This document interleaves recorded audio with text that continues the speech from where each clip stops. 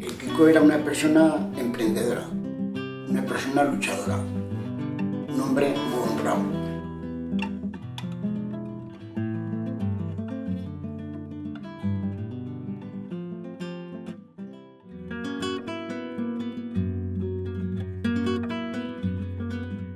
Un hombre que estuvo de presidente de la UGT y trataba de siempre de que había un niño que a una fábrica de zapatos y les daba, se llamaba tarea, la repartía al pueblo. Y mi tío luchaba por eso, porque a cada uno les daba los mismos pares que a otros, que no fueran unos muchos y otros nada. Por eso era una persona entera, porque él no quería nunca que le daran más que a nadie, sino igual. A las 4 de la mañana vino un amigo de mi tío a llamarlo y decirle: Francisco, he oído por la radio que ha estallado esto.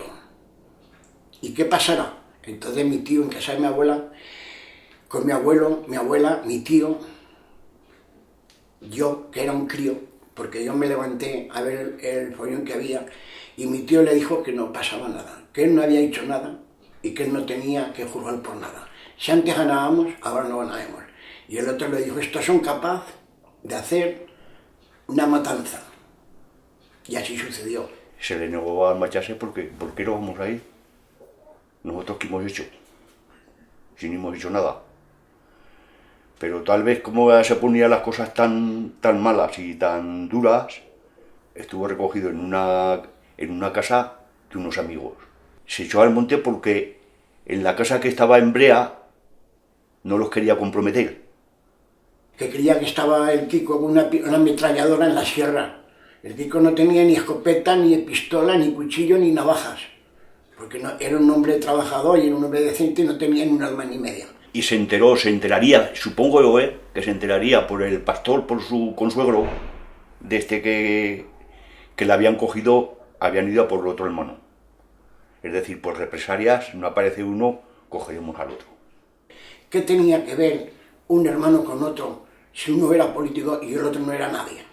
Era un trabajador con dos criaturas, una de 5 años y otra de 2.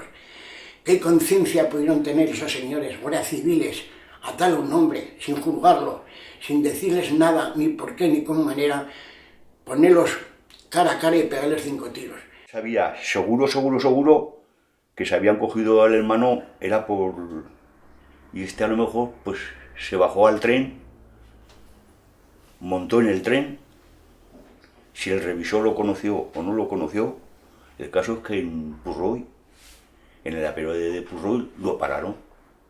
Le pusieron las cadenas, lo llevaron a la finca y subió la casillera, que le dijeron que subiera para que si tenía algún recuerdo. Él solamente llevaba un peine, un pañuelo y una fotografía de su novia, lo cual no llevaba nada más. Él estuvo allí mucho rato hablando con la Guardia Civil, el por qué, que ha hecho él, que por qué hacen con él esas cosas, que digan viva Franco. Él contestaba: viva Largo Caballero. Y entonces, pues eso, allí lo atraparon, allí lo bajaron y allí lo afusilaron. La familia sufrimos mucho, todos, además los pequeños, porque no tuvimos una alegría en casa durante muchos años, porque era muy duro ver a una abuela tirarse por el suelo, arrancándose los pelos de la cabeza, gritando, porque habían matado a sus 2 hijos, tan honrados como los primeros. ¿Qué hicieron esos tíos para cogerlos de sorpresa y pegarles 5 tiros? Hay que recuperarlo, porque yo llevo toda mi vida con esa intención. La llevó mi padre, la llevó mi tío, por sacarlo. Pero como no se podía en aquellos tiempos, hemos estado esperando que llegara esta hora para sacarlo, porque yo pasaba por esa carretera, llevo muchos años pasando, y siempre que pasaba me paraba, solamente con mirar a ver dónde estaba, porque no sabía exactamente si estaba metro más a metro, más abajo. Y eso para mí era un dolor, pasar por ahí muchas veces y decir: estás ahí y nadie te podemos decir nada. ¿Qué te hicieron ahí? ¿Qué te pasó ahí? Y claro, ahora la alegría más grande que yo he recibido ahora ha sido sacarlo, ver que estaba ahí de una manera, no por nada, sino llevarlo al cementerio donde debía de haber estado, enterrarlo con sus padres, su madre y su hermana y su novia, y ahí están, no lo cuesta hasta que se pudran, ahí estarán.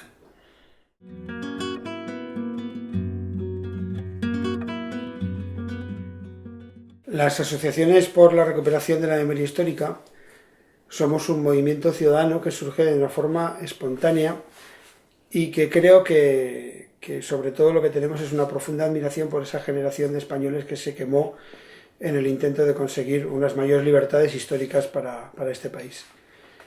Muchos pensamos que la legalidad republicana, que se perdió en ese momento y que nunca se ha vuelto a recuperar, probablemente nunca vuelva, pero al menos consideramos que esas personas, esas víctimas, merecen un resarcimiento, porque tuvieron una enorme generosidad y por lo tanto yo creo que más que nunca podemos hablar de la necesidad de conseguir verdad, justicia y reparación.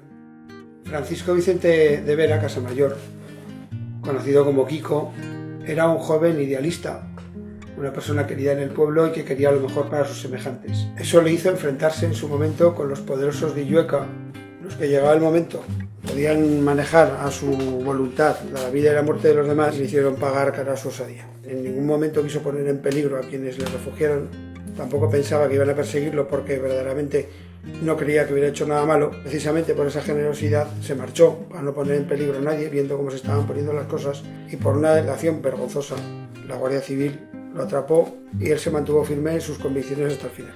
Al lado de las vías que él creía que le iban a llevar a la libertad, le cegaron la vida.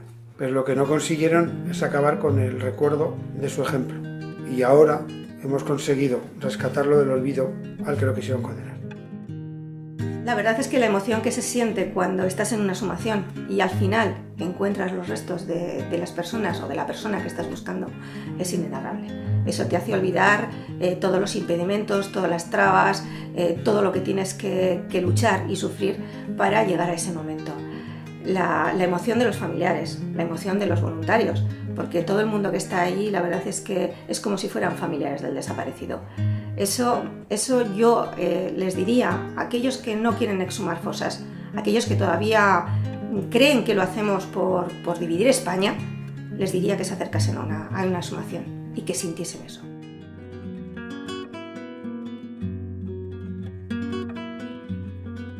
La investigación arqueológica suele partir de los testimonios orales que tienen lugar en un trabajo previo de documentación por parte tanto de los familiares como de personas de la zona o testigos que incluso llegaron a presenciar los hechos, y a partir de este trabajo de documentación se complementa con un trabajo de prospección arqueológica que puede ser bien mediante el paso de un georradar, que lo que va a detectar son alteraciones en el sustrato del suelo, que pueden responder en este caso a una fosa, o bien mediante termografía, que lo que hace es diferenciar las temperaturas que se encuentran en el suelo, o bien mediante fotografía aérea, etc.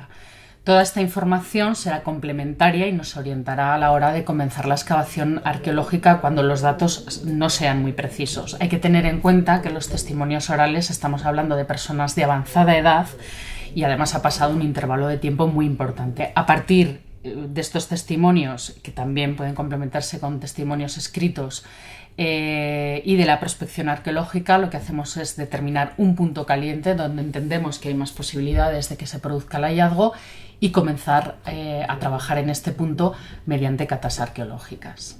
En este caso preocupaba especialmente, y esta preocupación tiene lugar en todos los campos de cultivo, el hecho de que la tierra hubiera sido trabajada en exceso y esto hubiera perjudicado la conservación de los restos, y también la proximidad de un curso de agua, como es una acequia que bordea las vías del tren, y también la existencia que se vio de múltiples toperas que pueden llegar a alterar el estado de conservación de los restos. También había mucha raíz que penetran en los huesos, en los orificios óseos y que pueden llegar a reventar el cuerpo y evitar su hallazgo.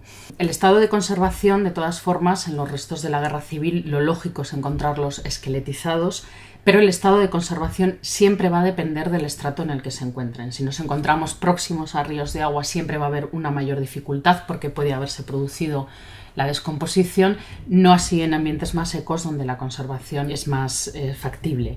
Cuando nosotros comenzamos las catas arqueológicas, lo que nos encontramos es un nivel de relleno muy potente, un relleno que se había producido en los años 70, es decir, 40 años más tarde a la fecha de los hechos. Y después ya nos encontramos con el nivel original, con el nivel del suelo que existía en los años 30, es decir, el nivel del suelo que estamos buscando.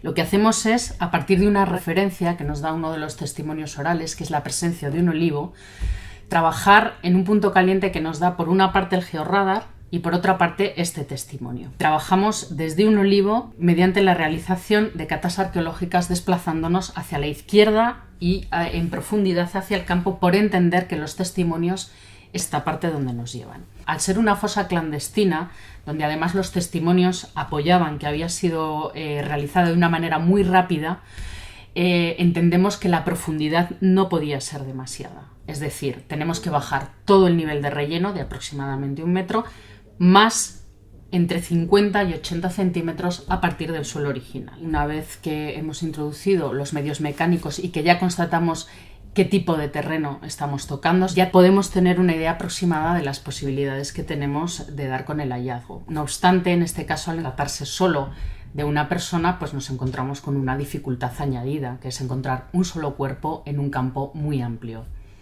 A partir de aquí, y sin haberse producido el hallazgo, lo que hacemos es desplazarnos a la derecha intentando cubrir todo el terreno que ocupan los olivos.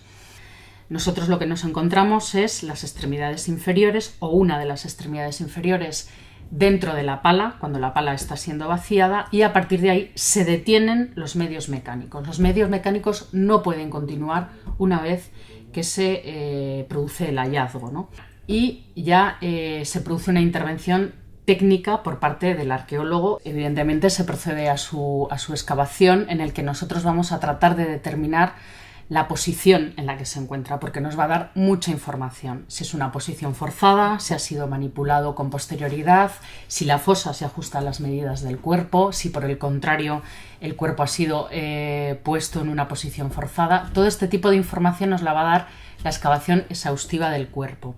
Por supuesto, siempre con un registro preciso de las coordenadas en las que se encuentra, de la profundidad, con un registro fotográfico importante que luego nos ayudará en el informe posterior a obtener toda la información que precisamos. Posteriormente tiene lugar el levantamiento del cuerpo, donde hay que tener especial cuidado con los huesos muy pequeños, tratar de recoger todos los huesos completos y en las mejores condiciones óptimas de conservación.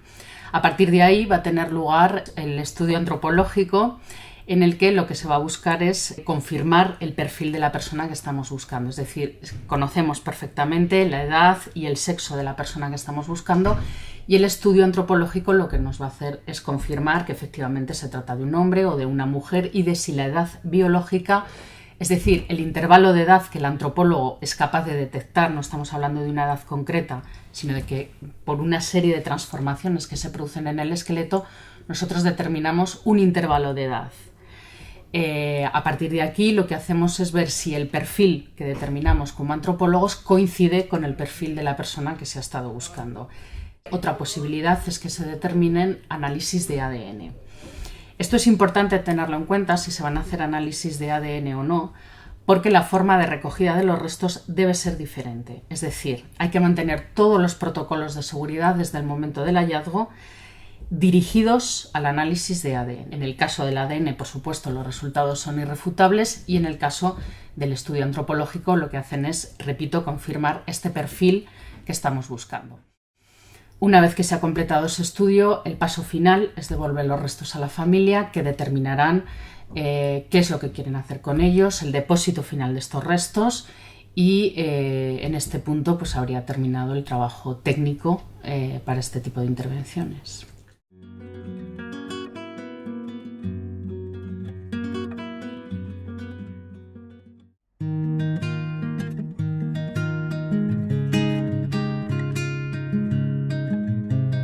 El día en que una persona que por el mero hecho delictivo en aquel entonces, por lo que se ve para las fuerzas imperantes, simplemente quería una vida mejor para sus contemporáneos, para él mismo, para sus hijos.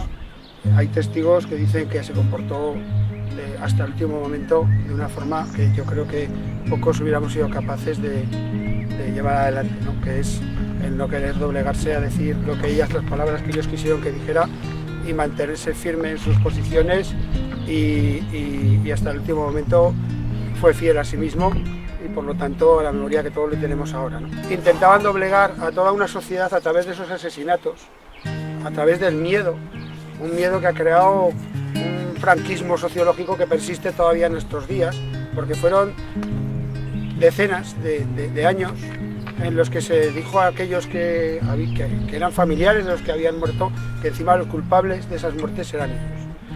Y por desgracia algunos de los dirigentes que tenemos actuales siguen creyéndose eso. Desgraciadamente todavía, aunque parezca mentira, hay que luchar para que eso cambie y se den cuenta de que las víctimas no son culpables de nada. Un día como hoy nos acordamos de ese heroísmo y de esa abnegación. Nos acordamos rompemos con ese olvido y recuperamos a esta persona para la sociedad y para todos, para la familia y para nosotros que nos consideramos también familiares en cierto modo, para mí y creo que para todos mis compañeros y compañeras. Todos los que murieron defendiendo sus ideas entonces son familiares nuestros.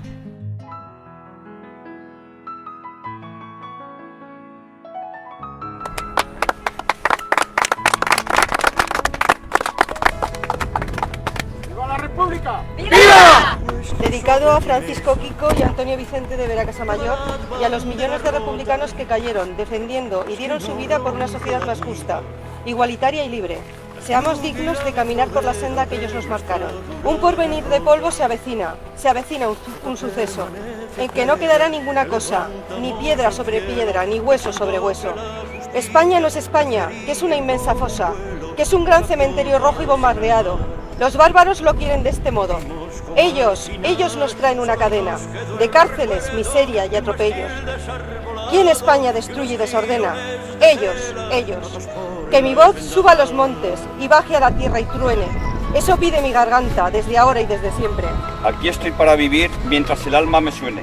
Y aquí estoy para morir cuando la hora me llegue en los veneros del pueblo. Desde ahora y desde siempre. Varios tragos es la vida y un solo trago la muerte. Caiga tu alegre sangre de granado como un derrumbamiento de martillos feroces sobre quien te detuvo mortalmente. Salivazos y hoces caigan sobre la mancha de su frente. Si me muero, que me muera, con la cabeza muy alta, muerto y 20 meses muerto, la boca contra la grama, tendré apretados los dientes y decidida la barba. No te hieran por la espalda, vive cara a cara y muere, con el pecho ante las balas, ancho como las paredes. Hasta siempre, compañero del alma, compañero. ¡Viva la República! ¡Viva!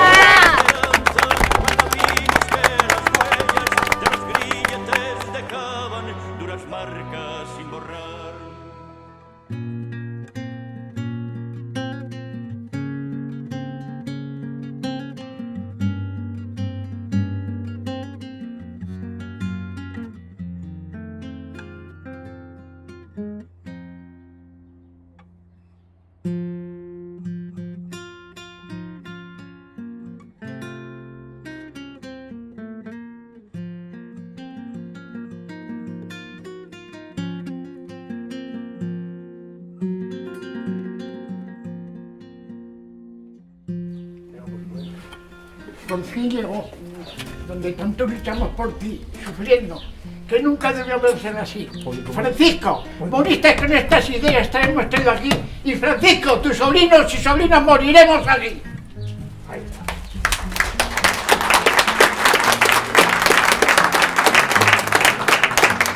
Esto es para historia, esto para que no vuelva a pasar jamás la barbarie esa de tantas muertes y tantas eso sin culpa, solo por una idea. La novia tenía mi tío 24 años, que seguramente estaría a punto de casarse, y justamente en el año 42 murió también de la misma forma, o aproximadamente, o sea, de la misma forma que murió mi abuelo. Mi abuelo murió de amargura, de sufrimiento. Ese hombre no salió nunca prácticamente de su casa. Allí estuve en la higuera, en el corral y en su casa. Lo que es pasar los 4 o 5 años que vivió después de asesinar a sus hijos. Esa es la historia de esta familia.